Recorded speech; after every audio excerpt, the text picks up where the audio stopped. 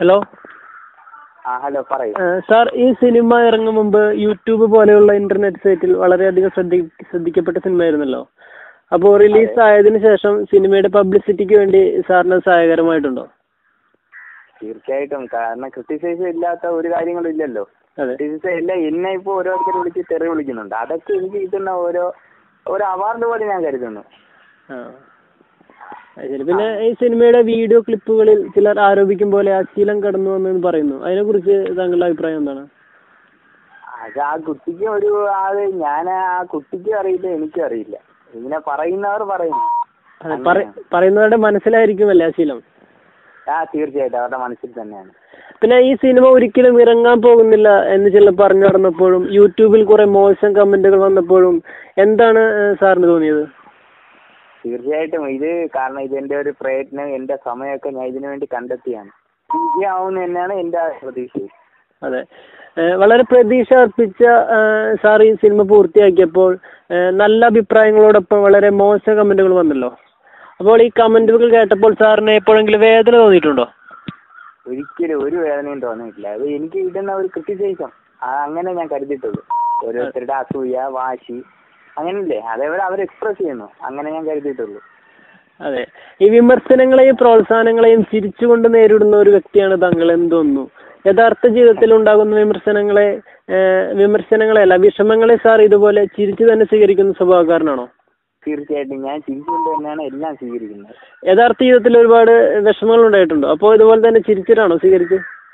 തീർച്ചയായിട്ടും ചിരിച്ചുകൊണ്ട് തന്നെയാണ് ഞാൻ എല്ലാം സ്വീകരിക്കുന്നത്. അതെ, കാരണം എനിക്ക് ഈ പണ്ട് പോലെ തന്നെ സൈക്കോളജി അത് ഞാൻ പഠിച്ചൊരു വ്യക്തിയാണ്.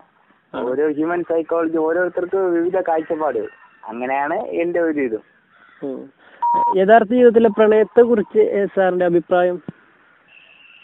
പ്രണയത്തെ കുറിച്ച് ഞാൻ കൃഷ്ണനുരാധയിലെ പ്രണയമല്ല, യഥാർത്ഥ ജീവിതത്തിൽ പ്രണയത്തെ കുറിച്ചിട്ട് സാറിന്റെ ഒരു അഭിപ്രായം ഒന്ന് ചുരുക്കി പറയാമോ? പ്രണയം എന്നാൽ അതായത് ഞാൻ മുമ്പ് ഒരു ഡെഫിനിഷൻ പറഞ്ഞിരുന്നു. ഇപ്പൊ ഞാൻ ഡെഫിനിഷനിലേക്ക് കടക്കുന്നില്ല. പ്രണയം എന്നാൽ ഒരു അട്രാക്റ്റീവ് സോഴ്സ്, അതായത് നമ്മൾ പണ്ട് മുതൽ കേട്ട് വന്ന ഒരു ലെവലാണ് പ്രണയം. ഒരാൾക്ക് ഒരാളോട് തോന്നുന്നതും അത് മറ്റുമായിട്ടുള്ള ഒരു പ്രക്രിയയാണ് പ്രണയം. അതെ അതെ.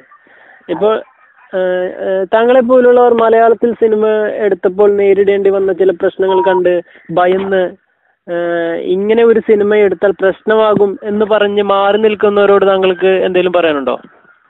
ഒന്നും പറയാനില്ല. തീർച്ചയായിട്ടും എനിക്ക് ഇറക്കാൻ പറ്റാതെ വന്നു ഒരു സമയത്ത്. എന്നിട്ട് ഞാനൊരു കോൺഫിഡൻസ് ഞാൻ താനേ തന്നെയാണ്. എനിക്കിപ്പം വലിയതായിട്ട് ആരും ഇല്ലായിരുന്നു. എങ്കിലും ഞാൻ തന്നെ റിലീസ് ചെയ്ത് ഞാൻ ഡിസ്ട്രിബ്യൂട്ട് ചെയ്ത് ഇന്ന് പടം ഇറങ്ങി. വളരെ എന്റെ റിപ്പോർട്ടുകൾ വരുന്നുണ്ട്. തിയേറ്ററുകളിൽ നിന്നൊക്കെ നല്ല റിപ്പോർട്ട് വരുന്നു. ഇനിയും 4 തിയേറ്ററിൽ ഇറക്കി, ഇനിയും തിയേറ്ററുകളിൽ ഇറക്കാൻ കഴിയും എന്ന പ്രതീക്ഷയുണ്ട്. ഇനി മൊത്തം തിയേറ്ററിൽ ഞങ്ങൾ അത് ട്രൈ ചെയ്തുകൊണ്ടിരിക്കുകയാണ്, നോക്കിക്കൊണ്ടിരിക്കുകയാണ്. ഓക്കെ, ഇത്രയധികം വിമർശനങ്ങൾ കേൾക്കേണ്ടി വന്നിട്ടും ഈ സിനിമ റിലീസ് ചെയ്യും എന്ന ഉറച്ച തീരുമാനത്തിൽ നിൽക്കാനുള്ള കാരണം എന്തെങ്കിലും പ്രചോദനമുണ്ടോ? എന്റെ പ്രചോദനം കാരണം ഞാൻ ഇതിനു വേണ്ടിയിട്ട് കുറെ സമയം ചെലവഴിച്ചിരുന്നു.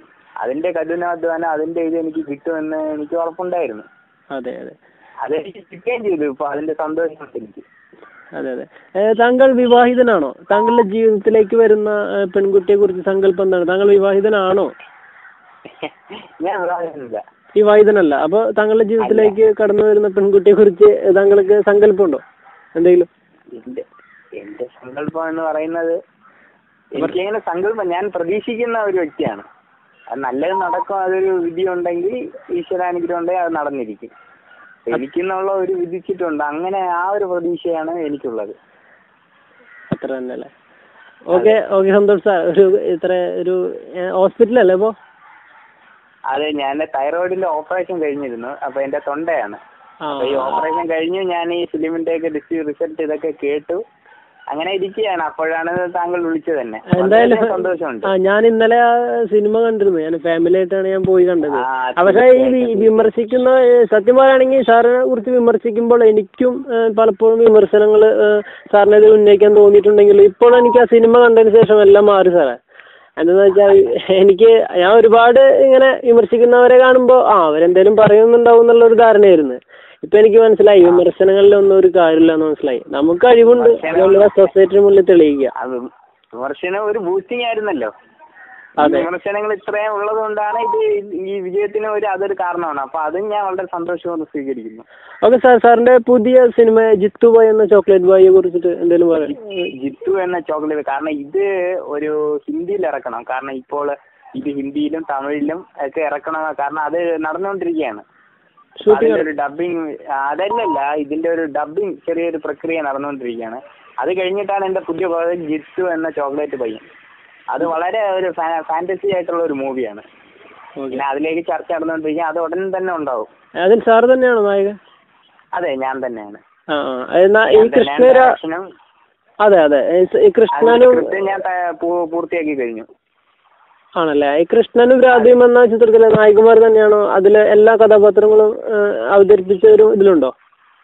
ഇല്ല, കാരണം ഇതിൽ നടിക്ക് വേണ്ടി ഞാൻ ഭാവനയെ കഴിഞ്ഞ തവണ കൃഷ്ണൻ രാധയ്ക്ക് വേണ്ടി ഞാൻ ഭാവനയായിരുന്നു കണ്ടത്. അപ്പൊ ഞാൻ ഒന്നുകൂടെ അവരെ കണ്ടിരുന്നു. കാരണം ഇത് അവർക്ക് പറ്റിയൊരു ഫാന്റസി മൂവിയാണ്. സ്വപ്നക്കൂട് എന്ന ചിത്രത്തിലേക്ക് അവർ അഭിനയിച്ചു. അപ്പൊ അവർക്ക് സമയമില്ല. അപ്പൊ ഞാൻ ഇനി വേറെ നോക്കിക്കൊണ്ടിരിക്കുകയാണ്. നടിയുടെ കാര്യത്തിൽ മാത്രം ചേഞ്ച് കാണും, ബാക്കിയൊക്കെ പഴയ ആൾക്കാർ തന്നെ ആയിരിക്കും. ഇപ്പൊ ഈ ജിത്തു ബോയ് എന്ന ഇപ്പൊ കൃഷ്ണരാധയും എന്ന പടം നമുക്ക് സമൂഹത്തിന് എന്തെങ്കിലും മോറൽ നൽകുന്നുണ്ടോ? സമൂഹത്തില് പ്രണയത്തിനെ കുറിച്ചും ഒരു ഡെഫിനിഷൻ, അത് പ്രണയത്തെ മനസ്സിലാക്കുന്നതിനും ഓരോരുത്തർക്കും ഓരോ കാഴ്ചപ്പാടാണ് സൈക്കോളജി അനുസരിച്ച്. ഞാൻ കാണുന്ന പോലെ നിങ്ങൾ കാണണമെന്നില്ല. അപ്പൊ അങ്ങനെ തീർച്ചയായിട്ടും അതിന് ഒരു ഡെഫിനിഷനാണ് ഈ കൃഷ്ണൻ രാധയും. എനിക്ക് കാണുമ്പോ തന്നെ അത് മനസ്സിലായി കാണും. ഞാൻ കണ്ടു പടം ഒരുപാട്.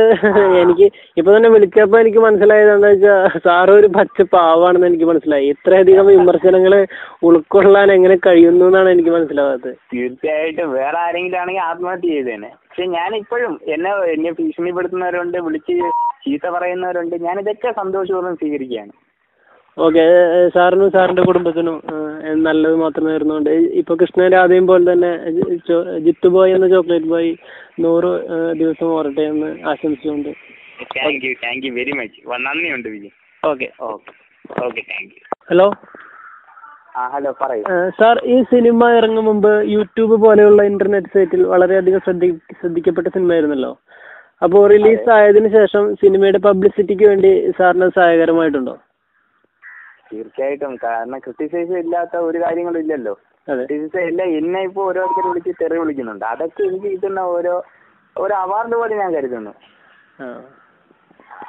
പിന്നെ ഈ സിനിമയുടെ വീഡിയോ ക്ലിപ്പുകളിൽ ചിലർ ആരോപിക്കും പോലെ അശ്ലീലം കടന്നു വന്നെന്ന് പറയുന്നു. അതിനെ കുറിച്ച് താങ്കളുടെ അഭിപ്രായം എന്താണ്? അത് ആ കുട്ടിക്ക് ഞാൻ ആ കുട്ടിക്കും അറിയില്ല, എനിക്കും അറിയില്ല. ഇങ്ങനെ പറയുന്നവർ പറയുന്നു. പറയുന്നവരുടെ മനസ്സിലായിരിക്കുമല്ലേ അശ്ലീലം? തീർച്ചയായിട്ടും അവരുടെ മനസ്സിൽ തന്നെയാണ്. പിന്നെ ഈ സിനിമ ഒരിക്കലും ഇറങ്ങാൻ പോകുന്നില്ല എന്ന് ചില പറഞ്ഞു നടന്നപ്പോഴും യൂട്യൂബിൽ കുറെ മോശം കമന്റുകൾ വന്നപ്പോഴും എന്താണ് സാറിന് തോന്നിയത്? തീർച്ചയായിട്ടും കാരണം ഇതെന്റെ ഒരു പ്രയത്നം, എന്റെ സമയമൊക്കെ ഞാൻ ഇതിനു വേണ്ടി കണ്ടെത്തിയാണ്. വിജയമാവുന്ന തന്നെയാണ് എന്റെ പ്രതീക്ഷ. അതെ, വളരെ പ്രതീക്ഷ അർപ്പിച്ച സാർ ഈ സിനിമ പൂർത്തിയാക്കിയപ്പോൾ നല്ല അഭിപ്രായങ്ങളോടൊപ്പം വളരെ മോശം കമന്റുകൾ വന്നല്ലോ. അപ്പോൾ ഈ കമന്റുകൾ കേട്ടപ്പോൾ സാറിന് എപ്പോഴെങ്കിലും വേദന തോന്നിയിട്ടുണ്ടോ? ഒരിക്കലും ഒരു വേദനയും തോന്നിയിട്ടില്ല. അത് എനിക്ക് കിട്ടുന്ന ഒരു ക്രിട്ടിസൈസം അങ്ങനെ ഞാൻ കരുതിയിട്ടുള്ളൂ. ഓരോരുത്തരുടെ അസൂയ, വാശി, അങ്ങനല്ലേ അതേപോലെ അവർ എക്സ്പ്രസ് ചെയ്യുന്നു, അങ്ങനെ ഞാൻ കരുതിയിട്ടുള്ളൂ. അതെ, ഈ വിമർശനങ്ങളെയും പ്രോത്സാഹനങ്ങളെയും ചിരിച്ചുകൊണ്ട് നേരിടുന്ന ഒരു വ്യക്തിയാണ് താങ്കൾ എന്ന് തോന്നുന്നു. യഥാർത്ഥ ജീവിതത്തിൽ ഉണ്ടാകുന്ന വിമർശനങ്ങളെയല്ല വിഷമങ്ങളെ സാർ ഇതുപോലെ ചിരിച്ചു തന്നെ സ്വീകരിക്കുന്ന സ്വഭാവക്കാരനാണോ? തീർച്ചയായിട്ടും ഞാൻ ചിരിച്ചുകൊണ്ട് തന്നെയാണ് എല്ലാം സ്വീകരിക്കുന്നത്.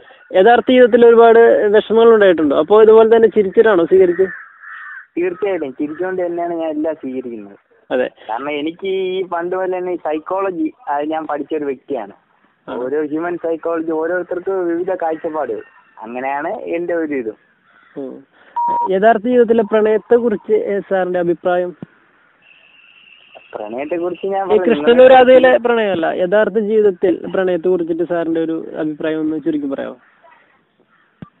പ്രണയം എന്നാൽ അതായത് ഞാൻ മുമ്പ് ഒരു ഡെഫിനിഷൻ പറഞ്ഞിരുന്നു. ഇപ്പൊ ഞാൻ ഡെഫിനിഷനിലേക്ക് കടക്കുന്നില്ല.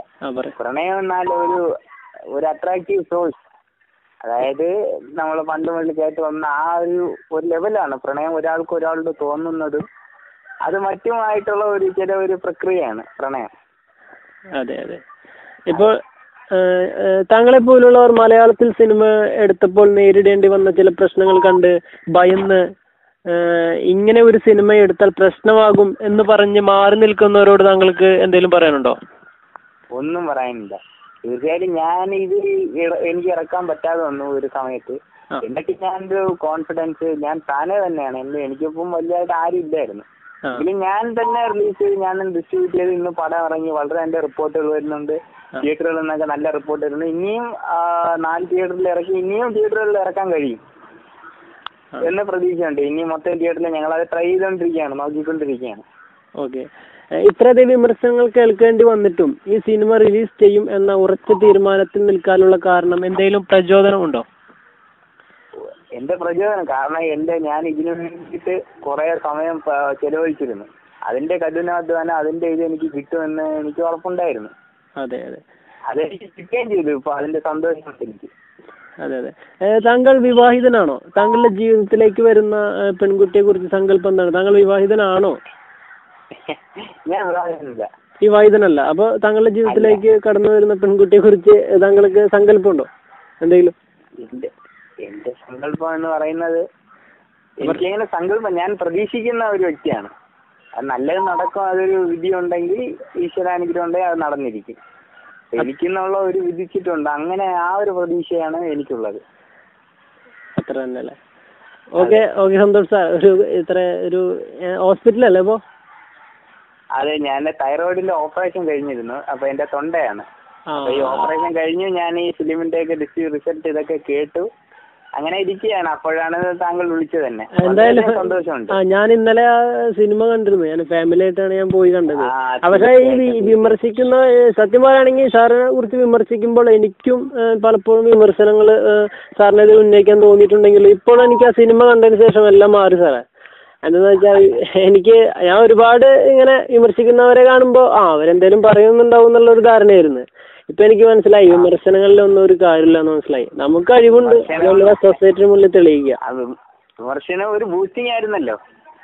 വിമർശനങ്ങൾ ഇത്രയും ഉള്ളത് കൊണ്ടാണ് ഇത് ഈ വിജയത്തിന് അതൊരു കാരണമാണ്. അപ്പൊ അതും ഞാൻ വളരെ സന്തോഷപൂർവ്വം സ്വീകരിക്കുന്നു. ഓക്കെ സാർ, സാറിന്റെ പുതിയ സിനിമ ജിത്തു ബോയ് എന്ന ചോക്ലേറ്റ് ബോയിയെ കുറിച്ചിട്ട് എന്തെങ്കിലും പറയാം? ജിത്തു എന്ന ചോക്ലേറ്റ്, കാരണം ഇത് ഒരു ഹിന്ദിയിൽ ഇറക്കണം. കാരണം ഇപ്പോൾ ഇത് ഹിന്ദിയിലും തമിഴിലും ഒക്കെ ഇറക്കണം. കാരണം അത് നടന്നുകൊണ്ടിരിക്കുകയാണ്. അതിന്റെ ഒരു ഡബിങ്, അതല്ലല്ല, ഇതിന്റെ ഒരു ഡബിങ് ചെറിയൊരു പ്രക്രിയ നടന്നുകൊണ്ടിരിക്കുകയാണ്. അത് കഴിഞ്ഞിട്ടാണ് എന്റെ പുതിയ പ്രോജക്ട് ജിത്തു എന്ന ചോക്ലേറ്റ് പയ്യൻ. അത് വളരെ ഒരു ഫാന്റസി ആയിട്ടുള്ള ഒരു മൂവിയാണ്. പിന്നെ അതിലേക്ക് ചർച്ച നടന്നുകൊണ്ടിരിക്കുക. അത് ഉടൻ തന്നെ ഉണ്ടാവും. അതിൽ സാർ തന്നെയാണോ നായകൻ? അതെ, ഞാൻ തന്നെയാണ്. അതെ അതെ, ഈ കൃഷ്ണനും ഞാൻ പൂർത്തിയാക്കി കഴിഞ്ഞു. ആണല്ലേ? ഈ കൃഷ്ണനും രാധയും എന്ന ചിത്രത്തിലെ നായികമാർ തന്നെയാണോ? അതിലെ എല്ലാ കഥാപാത്രങ്ങളും അവതരിപ്പിച്ച ഒരു ഇതിലുണ്ടോ?